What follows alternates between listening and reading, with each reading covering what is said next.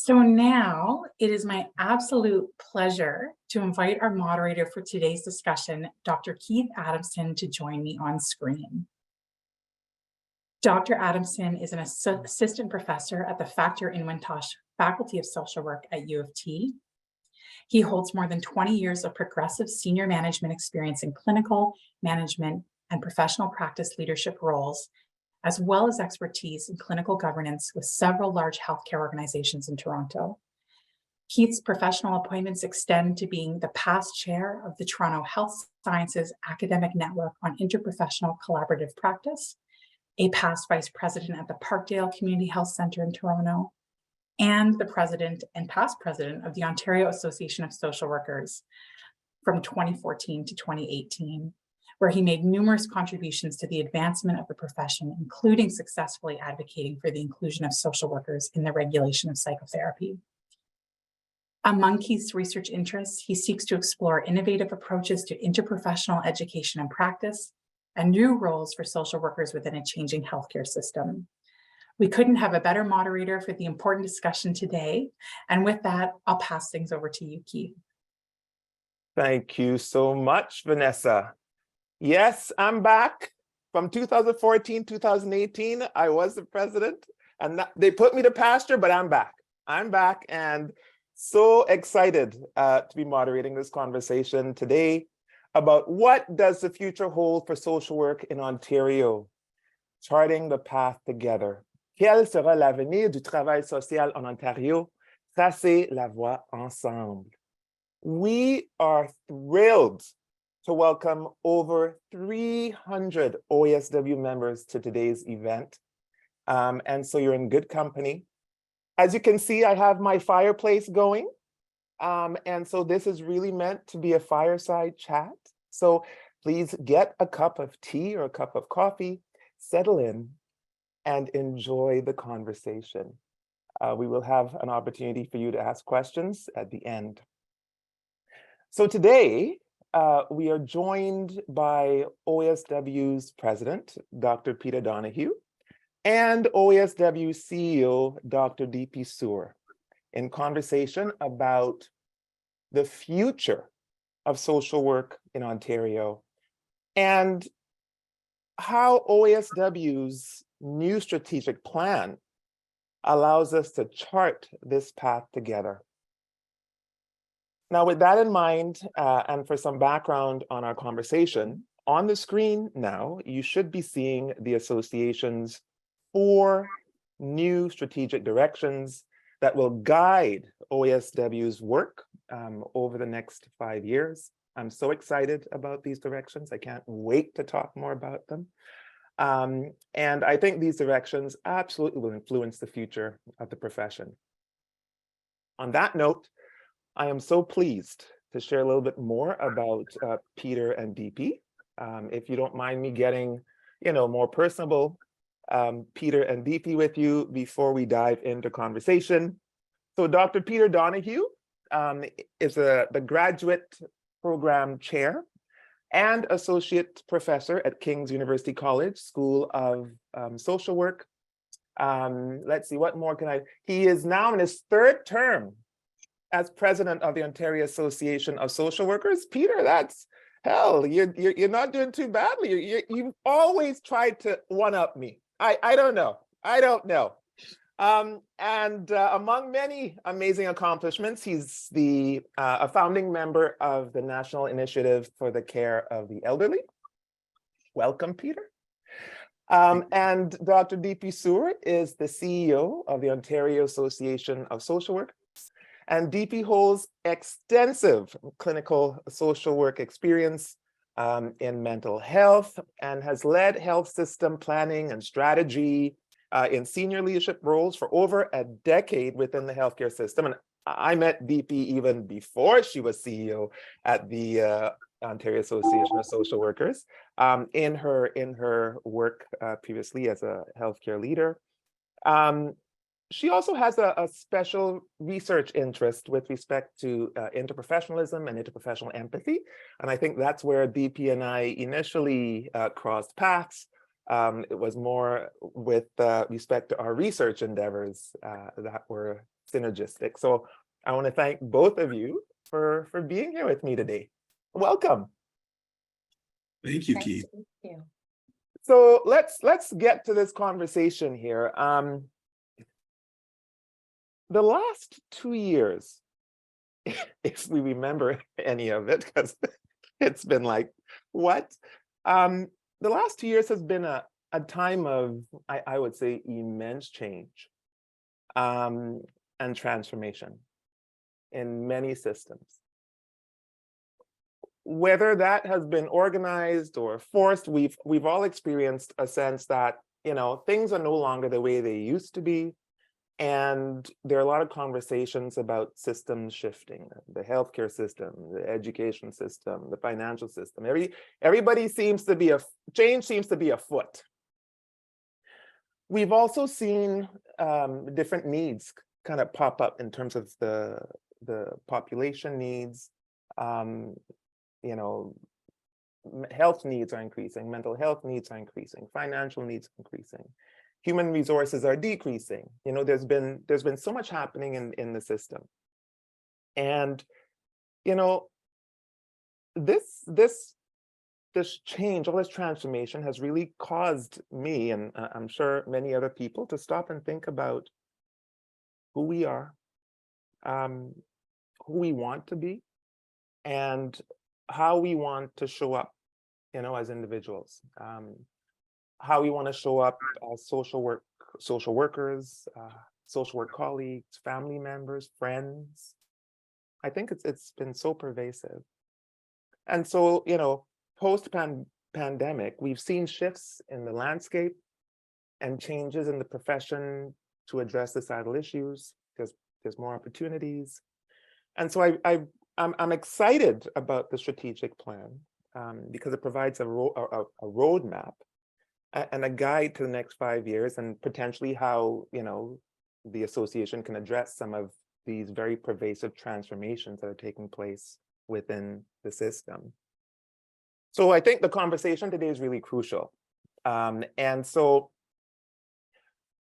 given the impact of the pandemic on our personal and professional, lives, let me start with a really personal question.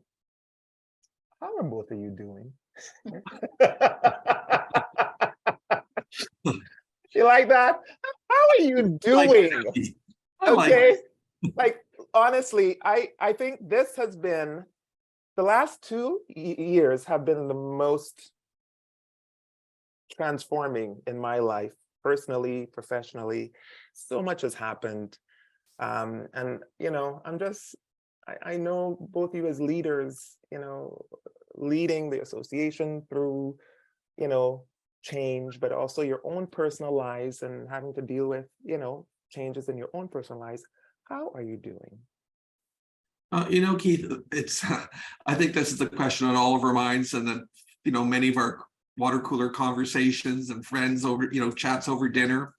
I would certainly say I felt it's almost been sort of like an earthquake, and then the aftershocks from that just kind of keep resonating.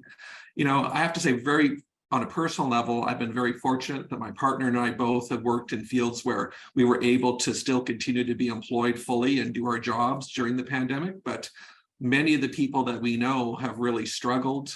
There were downtimes where they were laid off, weren't able to go to work.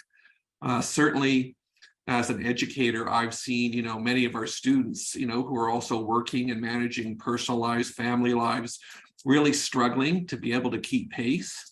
My field is in the field of aging, and certainly I think it's laid bare, especially at the beginning of the pandemic, the awful impact it's had on older adults and their families, particularly those living in long-term care. So it's certainly, personally, I've been very fortunate, but I certainly have experienced it with my colleagues and my friends. And I just kind of feel like almost we were sort of getting a good handle on the pandemic and starting to kind of maybe coming out the other side. And then this year we've been hit with, phenomenal rise in interest rates and inflation.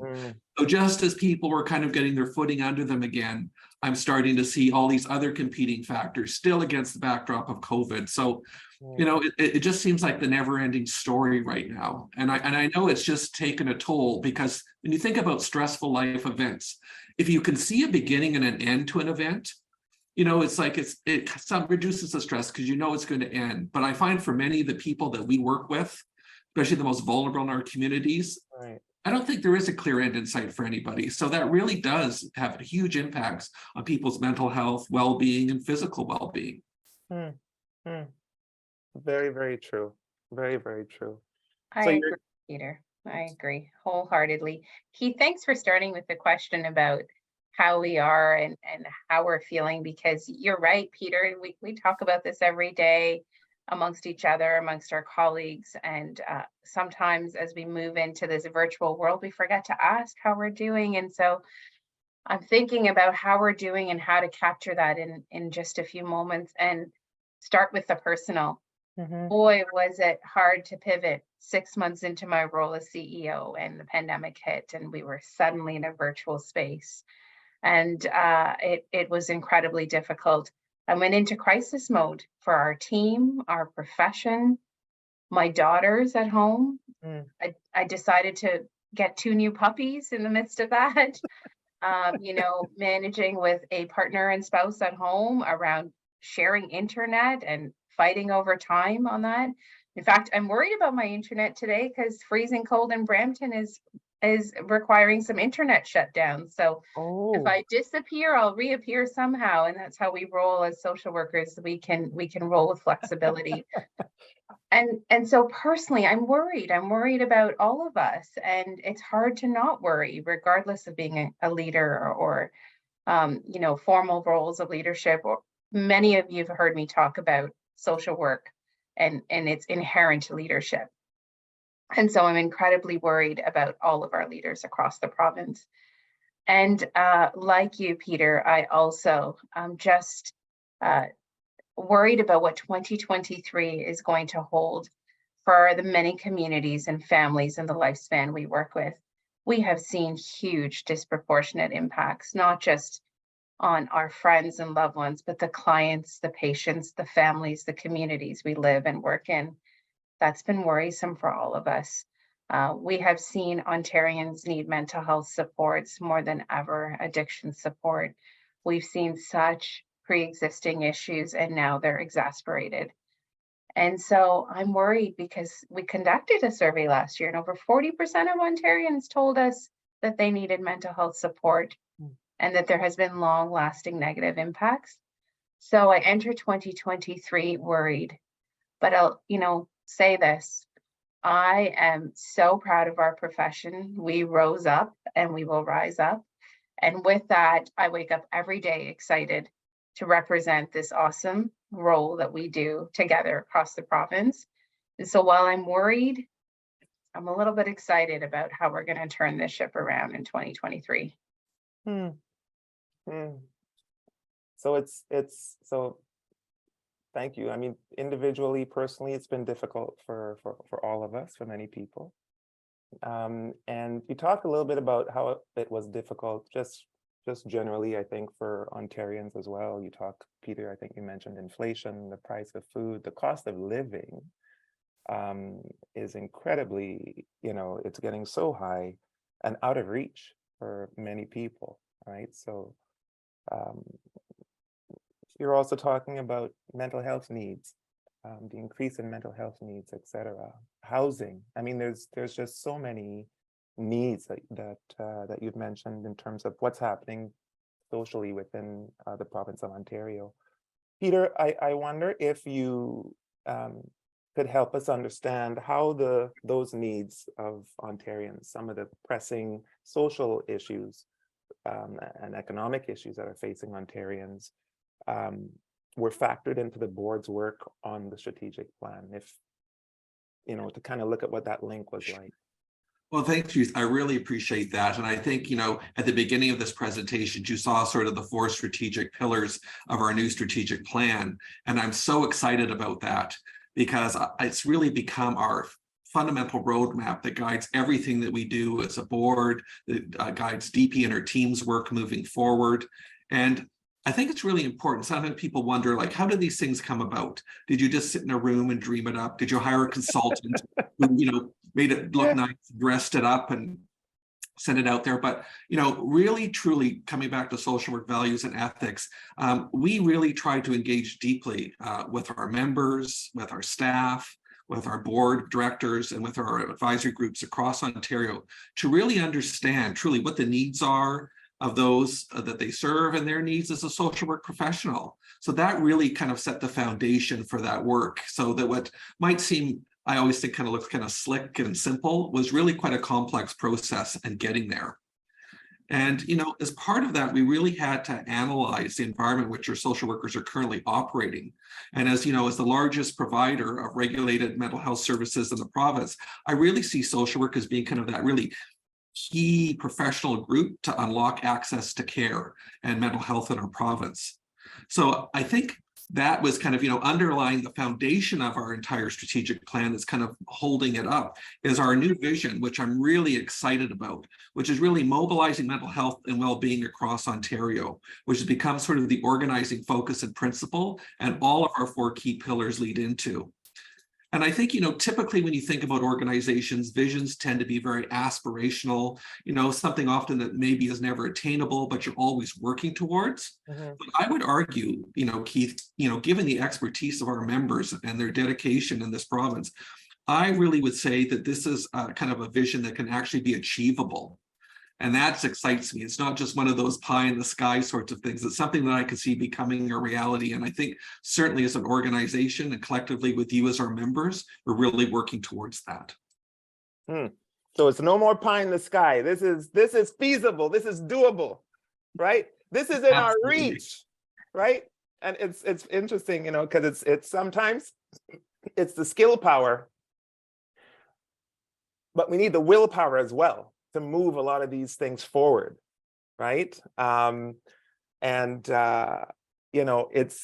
not easy to move some of these things forward because, they're aspirational. I always love when people talk about, we are the largest providers of psychotherapy in North America, in Canada, in Ontario. And I think we forget that, right? How useful can we be to the system? So I love when people reiterate that. As I was, and excuse me, I'm going through, the document and getting excited about certain parts of it, and I'll ask you questions about certain parts of it. Because as we're moving a lot of this work forward, there are other conversations that are happening, I guess, concurrently. I don't think it's a surprise that, they talked about there was a double pandemic. One was the medical piece of the pandemic, and then the piece around, racial justice, societal injustice. There were a lot of conversations that kind of, were born out of the pandemic. And I see in the plan that leading equity integration is forefront and center. Not an easy thing to do. I mean, to talk about equity is a noble thing, but how easy is it really for people to engage in meaningful conversations about our differences? Even within the association, how important it is to do that in a way that we're able to navigate and hold the tension of our differences, but at the same time respect the people who we consider our colleagues within and as well outside of the association, the broader society. So I wonder if one of you, perhaps DP, maybe Peter after, how is the association integrating equity into its work? and I'm asking this because we're doing it as well in academia. It's not easy. It is No. not easy work. So please. Yeah, frankly, it's not easy. It's exhausting emotionally and physically at times, but incredibly rewarding at the same time. And holding those two tensions is difficult. Let's be real. The equity integration work started the minute I set foot into the association. You know, let's just name, I'm a racialized woman. Let me be more succinct. I'm a South Asian leader who came in to this association to name equity integration. And with that, my board partnered. With love, empathy, and kindness, they partnered. And boy, did they put their money where their mouth was, because we're still on that journey. It is exhausting work. And we really wanted to do it differently. We're social workers. We don't do same. We don't. And we're social workers. We engage with each other and we collaborate. That's baked into our values. But it didn't mean that we knew this work. So we called on our members. We actually developed an advisory group 3 years ago that I have the pleasure of chairing with colleagues. We brought in experts who do this work across the province every day, more than I do, more than our board does. We asked them what they would like to see. And what many people don't know, and I'm so proud of, is that equity integration focus area named in our strategic plan was written with me, with our members. The first time I have ever seen that work named in such a way, not just here, but in nonprofit. I'm just going to say it, in Ontario. And if I would be remiss to not talk about the incredible journey those advisory group members put into that work. Evening meetings, reviewing documents, critiquing each other, joining each other, sharing emotions, our lived experiences as we try to represent divergent thought and voice. And even still, we're going to make mistakes. It's named in our strategic plan. Our board, you know, Peter and I talk about this all the time, that we need to create space for vulnerability. It's named in our values of integrity and courage, and inherent in courage is making mistakes and moving forward and talking about that work. And so we're early in this journey, but not as early as people think. We started this before the pandemic. We had to rise up in the pandemic, and we will continue to carve as we move forward. And in that process, we'll bring along voice of our many, many professional colleagues. We'll think about age. We're going to think about lifespan. We're going to be thinking about representation, race, color, ethnicity. We are thinking about dialogue, critique, critical reflection, competency development, just to name a few. And it is exhausting and difficult, but boy, do we have a partnership to do this. All of you across the province, our entire board, folks like you, Keith, who come back and join with us. You never leave OASW, as you said. I tell you. And because of that, we've been able to do, look what we've done in partnership with government grants. We've done enhanced mental health programming for professional development. We have diverse faculty. We've diversified our staff and our board beyond just the usual definitions of diversification. And that takes a lot of courage and excellence. But you know what else it takes? I say this all the time in the last few meetings I've been in, is grit. We got grit, and that's where we're headed.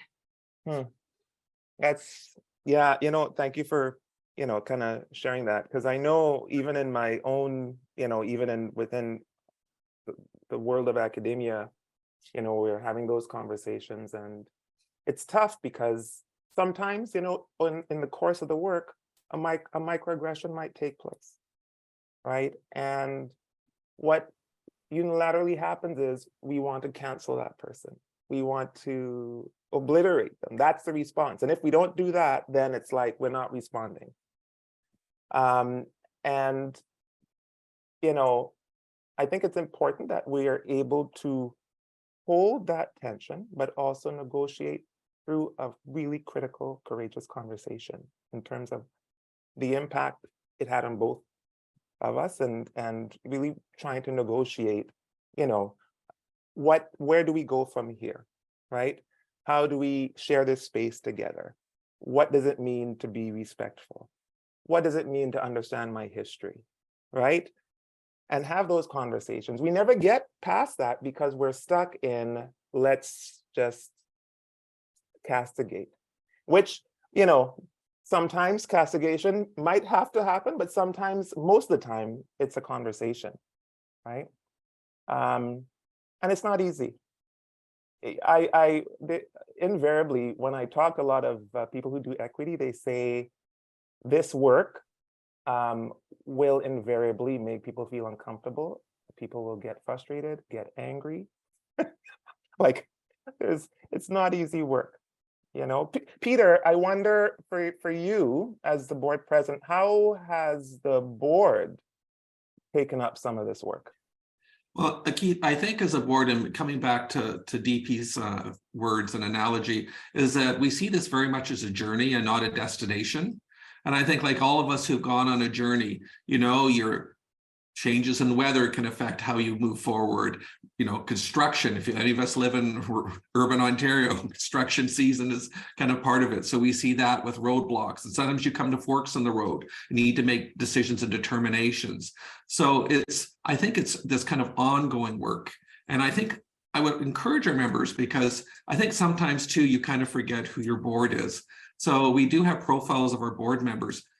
The people on our board have been some of the key leaders in our field in leading equity work. And they're bringing that expertise and that passion to the board, which is really, really exciting.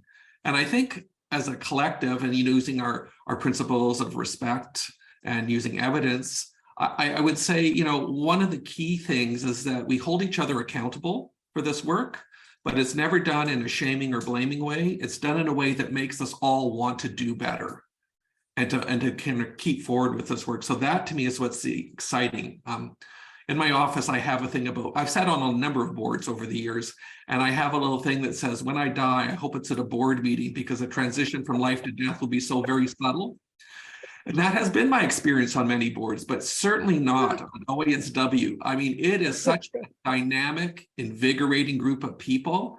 I'm just humbled by the skill and talents. And then I see our membership and the work that they've been doing. It energizes me. And Deepy and I have our own kind of fireside chat every 2 weeks, and always on a Friday afternoon. And it's always, you know, at an end of a week when you're tired, but I get off those calls and I just feel more energized than ever before. So I have to say, I couldn't be prouder of the board and Deepy as our CEO and our team that we have at OASW, just to see the growth and development, and also just the work that our members have been doing on all of our standing committees and the input. It's just, I have to say, sometimes, you know, especially as an educator, you get tired and you think, you know, why are we doing this? But when I look at our members, I look at our team, I look at our board, I'm just so proud, and like really proud to say that I'm a social worker, and so proud to say I'm a member of OASW. Yeah, so thank you. So really, it's the work is happening. You know, I would say it's ecologically congruent, where it's happening. You're really trying to make it happen from, you know, the leadership all the way through the organization and out as well with our community partners. I just want to remind people, don't forget to submit any questions for our speakers using the Q&A function, just so that we have some questions at the end. I also wanted to, as I continue to look at the strategic plan, you have shaping the future of the social work profession. So it's clear from our chat that, you know, we want to be inclusive. The vision is equitable. We want an equitable vision anyway. I'd love to hear more about what else is featuring prominently in the vision. So, what do you see as the most pressing issue for the future of social work? I can start. You know, there's so much, but to really break it down into bite-sized, tangible things, our future, the value of our profession, the credibility of the work we do, it's at stake. the mental health and well-being of Ontarians, pre-existing mental health and addictions concerns for many folks living with disabilities, folks disproportionately impacted. All of this existed pre-pandemic and was exacerbated, we know, in the last couple of years. And now more than ever, we need a seat at the table to inform the future direction. So what's pressing is the credibility of our profession. And so each day, OASW is meeting either with our members, our stakeholders, and more government meetings than ever before in the last few years to preserve us, to identify us, not just as needed resources, but as change agents, as solutions to the issues at hand. We are in schools, we're in primary care, we're in our communities, we're in pharmacy offices, we are in pharmacies now, and we are in schools and academia, we are in shelters in crisis. We're working with the police, we're working with informants in the government who are doing the work to inform policy. We're everywhere. And when we talk to our government, we often talk about how we are everywhere. We are part of the answer to what is lying ahead. And we've seen that certainly in things like long-term care and the caregiver distress and our residents. And so what's at stake there is the credibility and the value add of our profession. It is a massively pressing issue for us.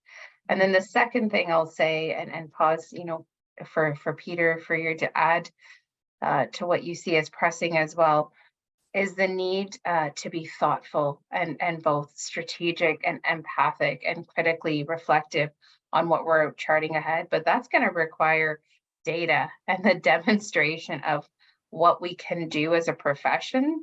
And so that can happen through formal research and academia, but also working with our frontline amazing leaders in social work who are doing this work every day to keep us informed on what our clients and communities need. And so much of our advocacy, policy, government relations work really needs to be rooted in good data, good experiences, good understanding of lived experiences of our communities. And then we can highlight the best evidence-informed work. And so I'll pause there, and Peter, if you want to add anything, because I know we talk lots about what's ahead for us. Well, I think this is one of the things I'm very proud of. I mean, we know as social workers, the landscape is continually changing. The knowledge, the complexity of the issues our clients are facing are changing. So lifelong learning and education is so important. And I think we can all appreciate that, with increasing demands and shrinking budgets, that often the first thing to go is money for continuing professional development. Yeah. And although that's an expectation, if you're a registered social worker, employers often will say, well, there's very little money for it, or, well, we'll give you a little money, but we don't really have the time to spare. So I think in terms of value added as a member of OASW is the shift, and we did it very, very quickly at the beginning of the pandemic, was to providing online continuing education opportunities for our members. And I know I always hear that constantly from our members to say, like, what a value added that's been, something that's accessible, no cost, low cost, really timely, relevant topics. That is so meaningful to really help us engage and to continue to do our work and to energize us. So that's one of the things I've been most proud of in terms of what we've been able to do as an organization, because really at the heart of everything, it's our members. You are why we exist. You are why we're able to do what we do. So how can we best meet your needs? And you always say, well, what might be an indicator that, you're meeting or hitting that target? So certainly I know when I came on, and I know one of Joan's goals as she was leaving after 27 years was to hit that 6,000 mark in terms of membership. And we were almost there. But I just can't believe that in the last 3 years, and at the height of a pandemic, that our membership has grown to now we're just under 9,000 members. I mean, from 6,000 to 9,000, that says to me that we're clearly meeting a need within our profession, because that to me is one of the ultimate proofs that we're really doing what we should be doing, and that people are we're meeting a target. So that I'm so proud of and so excited by. That's amazing. That's amazing. No, I can't take that personally. I leave and then 3,000 people join. I mean, I don't know if that's a message, but I won't take that personally. But so, you know, so there seems to be a lot. So there's a lot happening, obviously. And, you know, we're talking about being able to measure what we do, being able to really highlight the contributions and the value of what we do to societal problems, societal issues. One of those you mentioned, of course, is mental health. You know, I know that the need is so great. They're coming into the schools and just grabbing the students, like literally. Most of my students, you know, in their last term, they already have a job. So that when I was graduating, that did not happen, right? They used to tell us, oh, 6 months to a year, you know, start contract. Now these guys are getting pulled out like there's nobody's business, right? So, you know, there is something about social work and the contributions. What excites you the most about the future for the profession, though? Where do you think we're really going to have a stronghold? You want to go first, Peter, or you want me to? Deepy, why don't you start? Oh my goodness, what excites me the most? There is no time like the present to do what we've been trying to do for a long time. I know that many people may not believe this, but we got a seat at the table. I know we do. I know we have a seat at the table on the public health discussions, on the what are families and communities going to do?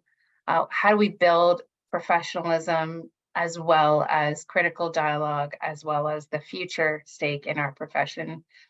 We got a seat at the table, and it's the first time in a long time that our government's reaching out to us for insights on how to manage children and youth issues, what to do in long-term care with our residents and caregivers.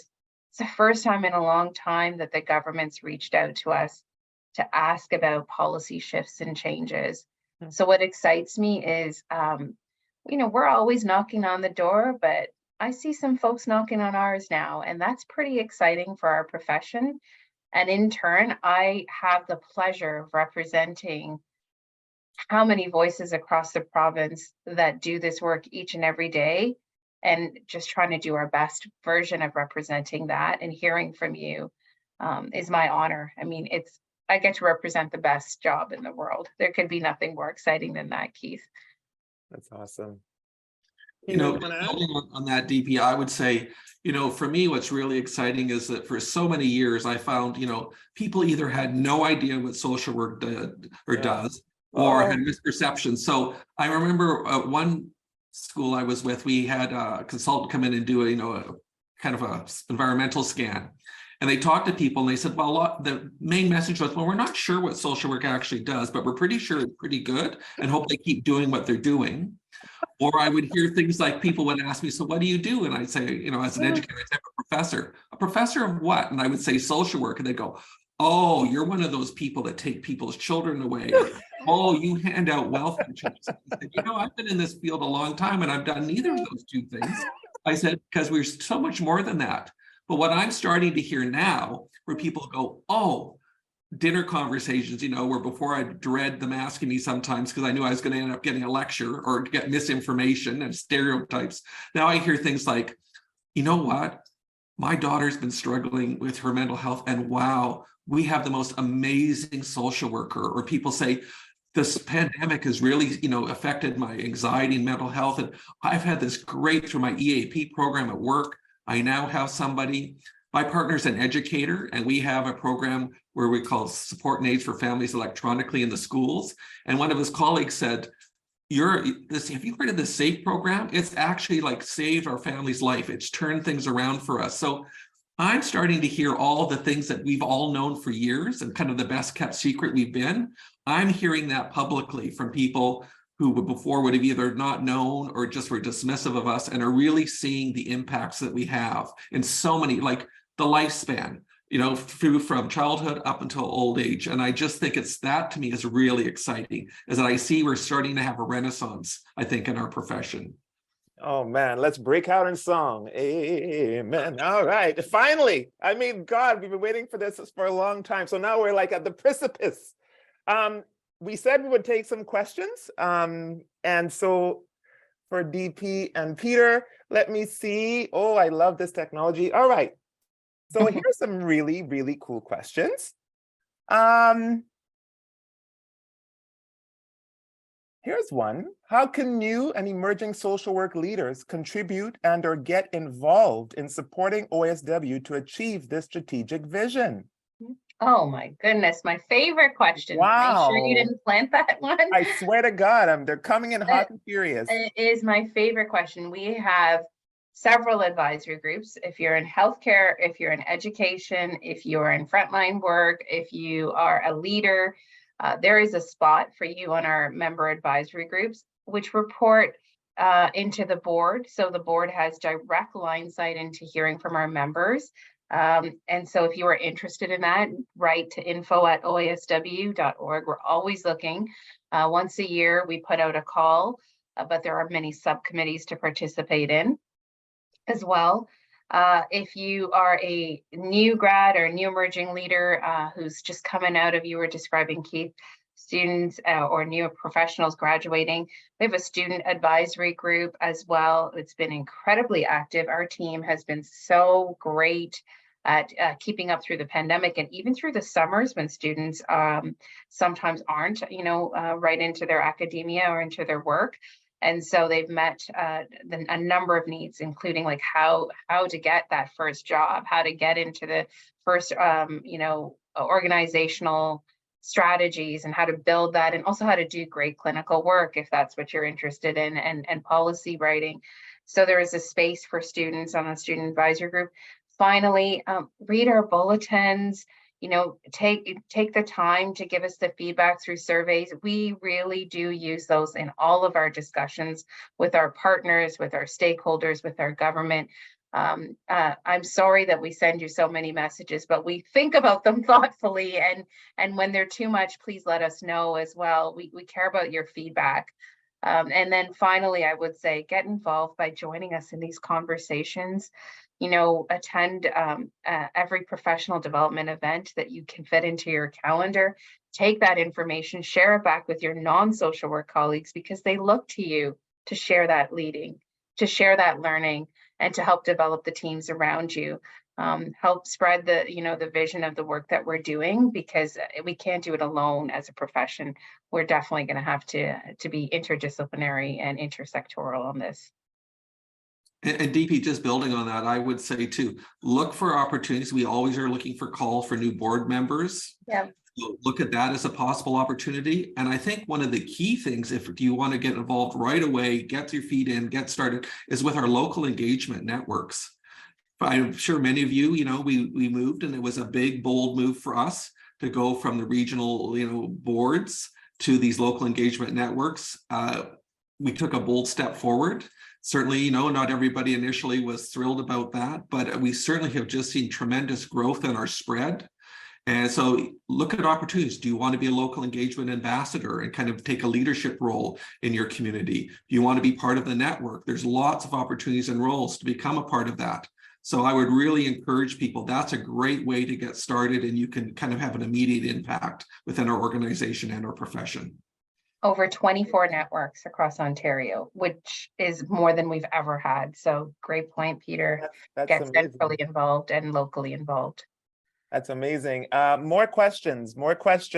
Oh, here's a really cool comment. Less a question, more of a comment. They want to know if the Social Work Week theme this year can be breaking barriers. Oh, I love ideas. We're doing some brainstorming live. This is nice. Isn't that amazing? That's a really cool idea. Here's another question. There are a couple of questions about equity. Okay, so there's OASW has done a great work developing the equity integration strategy. So kudos. Can OASW help social work education and organizations develop and implement their own equity integration work? Yeah, it would be a dream area of ours. I think we started from within, and that included our board, our staff, myself. I'm not separate from the work. I say that often. And so it was in hopes to help develop and cultivate that in our culture and in the way that we breathe through our organization. And then we hope to influence that in our members as well. And now we're at a really lovely spot where I think many others are looking for that support to help them ignite the same ideas and flames within their own organization. So we're very open to understanding how we can do this work even outside our profession as well. One of the things I constantly talk about, having come from healthcare, is that social workers don't work in isolation of their own profession. In fact, sometimes we're the only social worker in a giant organization and spread thin, but around us are many other colleagues, professions, areas of expertise. And so we'd be very invested in building a framework. I think one of the big pieces of work for our Equity Integration Advisory Group, our board and our staff this year, is how to take some of this work, build some accountability measures into it, as well as develop modeling and frameworking around that. And so we're in phase, 2, I would call it, and a great time to start learning and cultivating and sharing what we've done, and this year taking it up a notch. So I think the short answer is yes, we absolutely will be looking to partner with other organizations to not only demonstrate how our profession has done this and our association and how it will continue to do this, but also to influence how other sectors take up a social work perspective on equity. And Deepy, just building on that, as a social work educator, certainly OASW has been really great with my own school at King's with doing some of this work. Our students have been able to get involved with our local, engage, network, which has been fantastic. We've co-sponsored with OASW and our network for our students and for our community partners, workshop on combating Islamophobia, combating racism and social work education.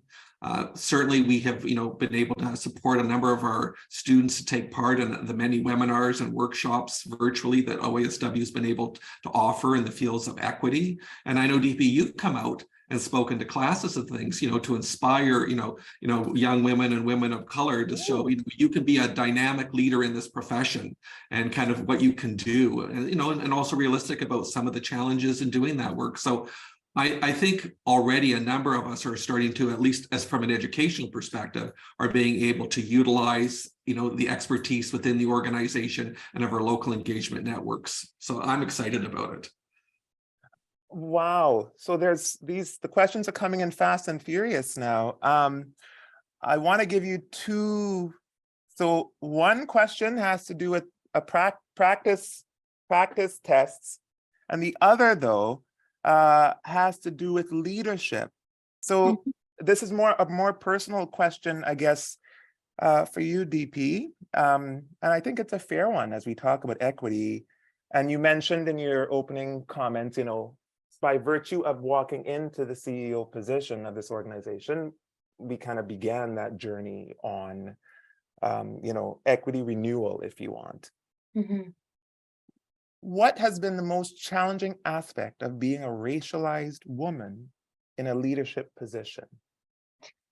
Oh, thank you, colleague, for asking. Sometimes I forget that there's a human aspect to this. That's been the challenging part. I say this all the time. I'm not separate from the work. I live, breathe, and eat this strategy around equity as much as the members that we engage and all of you who do the work and care about it. And so I think the most challenging part is both excitement that we have colleagues across the province and some sadness that even within our profession, some of these issues and divergent thoughts on equity are pervasive.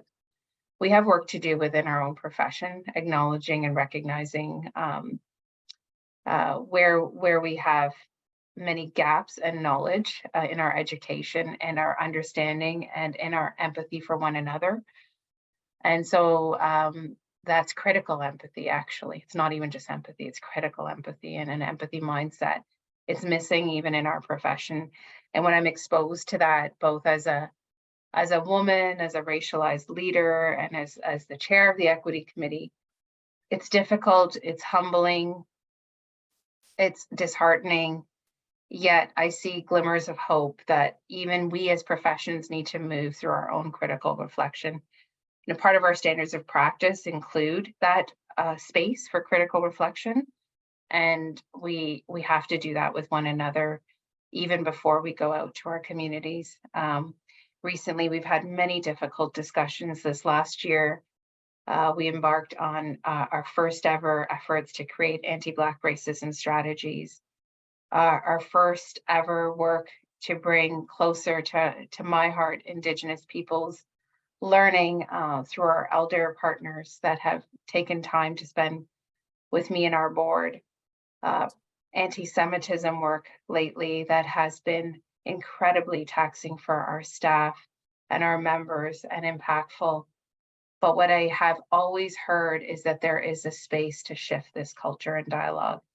So the hardest work is staying on it and going through it and being vulnerable with all of you. That's the point where I take off the CEO hat and I just am me, 100% me. Thank you so much, Deepy. I actually feel, ooh, that touched me. That touched me. It's 12:58. Deepy or Peter, really quickly, because I don't want this. People want to know, what are your thoughts around the practice, the entry to practice exam? Just really quickly, we have a minute, so I'm going to keep Okay, it to a good minute. question. And then I'll turn to Peter for a quick close. We are so aware. We know the entry to practice exam is coming. We meet with the college regularly. We are very committed to informing a just process and an equitable process, and we'll continue to stay on that path because we really hope to influence a very, very positive process and outcome. Yeah, and I would just echo that. I mean, certainly as a social work educator, that has been on the forefront of the mind of the deans and directors, both in Ontario and across Canada. And I would say for every person, there's a varied opinion on that. I think the one thing, though, that, at least from my perspective, is that commitment to ensuring equitable and accessible, entry to practice, that we don't create further barriers and boundaries for people, but how do we support people in that process? Thank you so much. There's so much more we can ask, but there's never enough time. I want to thank the OASW for inviting us into literally this virtual space to have this very important conversation about the future of social work. I want to thank Deepy and Peter for their very open and empathetic conversation today.